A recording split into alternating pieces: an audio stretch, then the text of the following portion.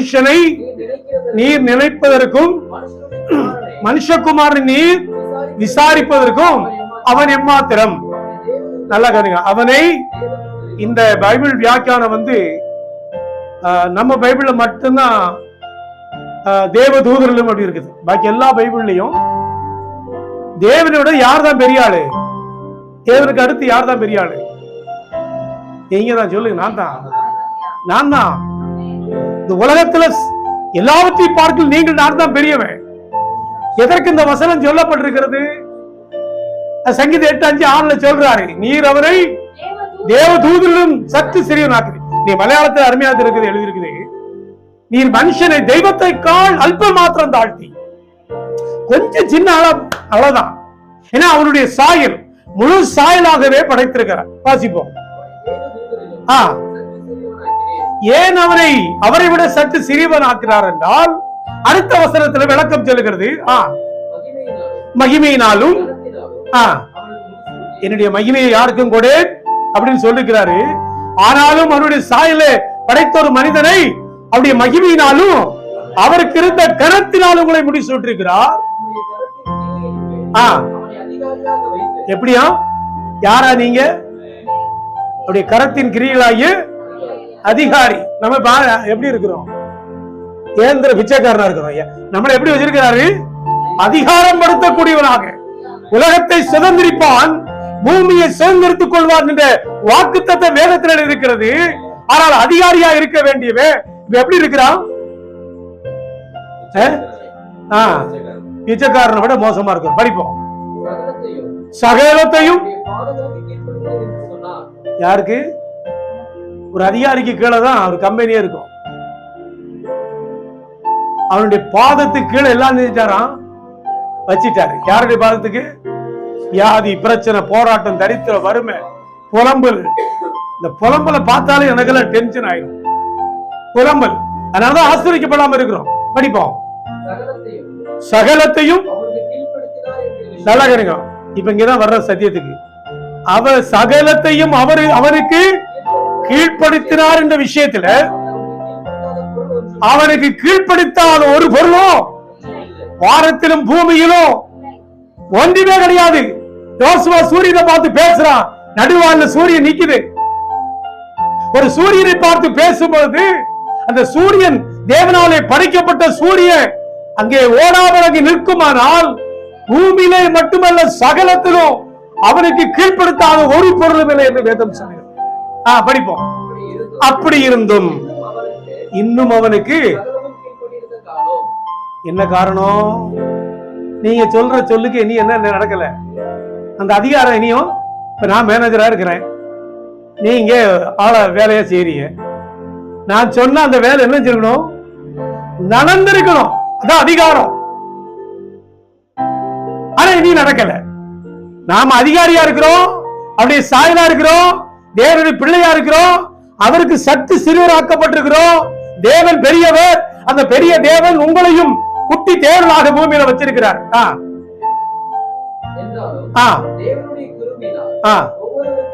நல்ல கவனிங்க. என்றாலும் கீழ்ப்படியாமல் இருந்தாலும் தேவனுடைய கிருபையினாலே ஒவ்வொருவருக்காகவும், நல்ல கவனிங்க, என்னவா இந்த அதிகாரமும் இந்த ஆளுகையும் இந்த செழிப்பும் இந்த வார்த்தையினுடைய வெற்றியும் இந்த வாழ்த்தினுடைய வளமும் இந்த குடும்ப செழிக்க, தேசம் செழிக்க, எப்ப உங்க வாயிலிருந்து புறப்படக்கூடிய வார்த்தை வெற்றியுள்ள வார்த்தையாக, வெற்றியை கொடுக்கிற வார்த்தையாக திரும்பணும் என்று சொல்லி அவர் என்ன செய்யறாரா? மரணத்தை முதலாவது ருசி பார்க்கிறார்.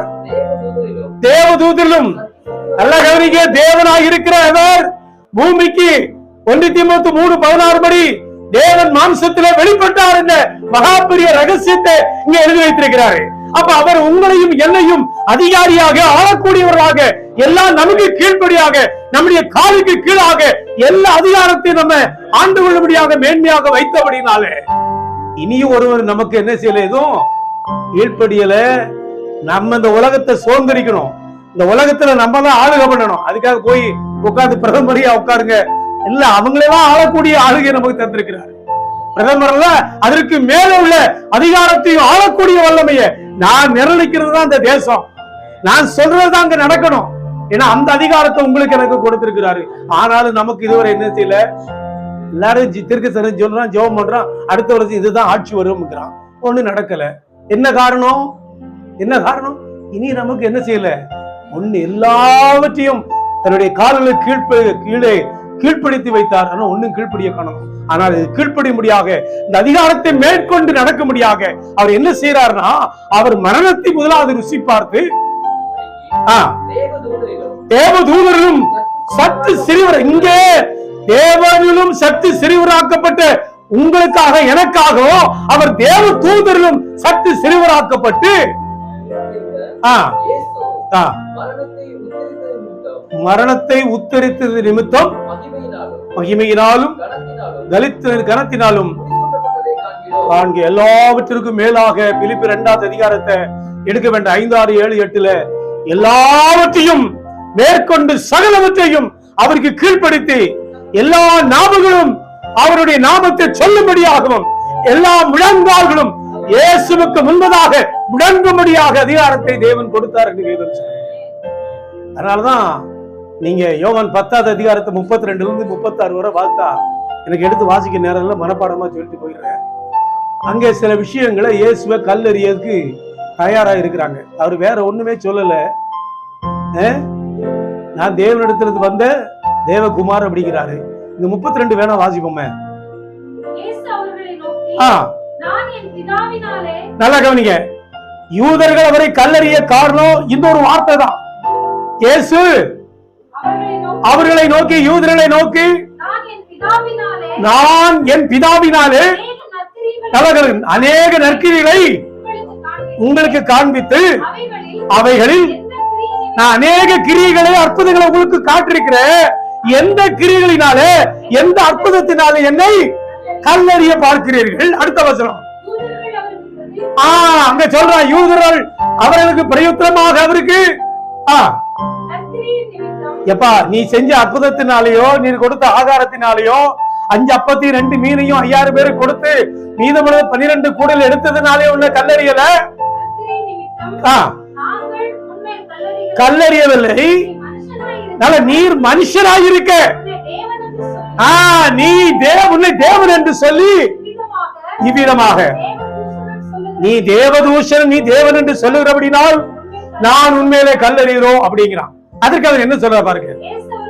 அல்ல முக்கியமான கவனிங்க, இங்க யாருன்னு தெரியணும். நல்லா கவனிங்க. இயேசு அவர்களுக்கு பிரயத்தனமாக தேவர்களா இருக்கிறீர்கள் என்று நான் சொன்னதினாலே உங்கள் வேதத்திலே எழுதியிருக்கிறவில்லையா? எழுதியிருக்கா இல்லையா? எதற்கு கல்லெறிஞ்சாங்களா? நான் வானத்திலிருந்து இறங்கி வந்த தேவன் என்று சொன்னதுனால அது தேவதூஷணம் சொல்றேன்னு சொல்லி கல்லெறிஞ்சாங்க. ஆனா நான் என்ன சொல்றேன், ஏற்கனவே நீங்களெல்லாம் தேவர்கள் என்று சொல்லி இருக்க.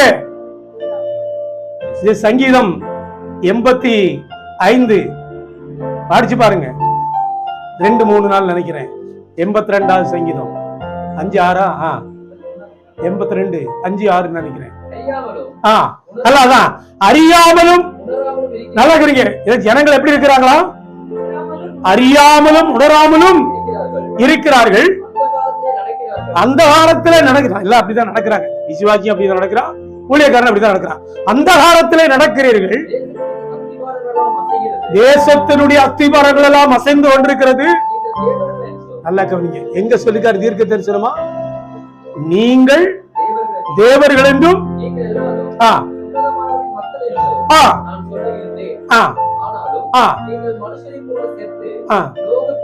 போதும்.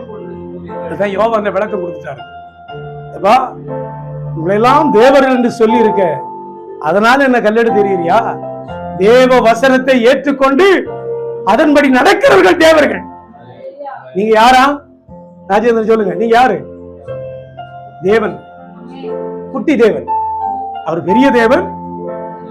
அப்போ அவர் என்ன சொல்ற? ஆதியாகமம் 1:26, 27 எல்லாவற்றையும் படைத்த பிற்பாடு நீ சகலவற்றையும் ஆண்டு கொண்டு சொல்லி அவருடைய சாயலிலே அவர் எப்படி இருக்கிறாரோ, ஒருவேளை நம்முடைய மண்ணினால படைத்தார், ஆனால் அவர் சொல்றாரு, என் சாயலிலே உன்னை உண்டாக்கிறபடினாலே எனக்கு என்ன அதிகாரமும் ஆளுகையும் இருக்கிறதோ அதே அதிகாரத்தையும் ஆளுகை உனக்குள்ள அதான் சொல்றாரு.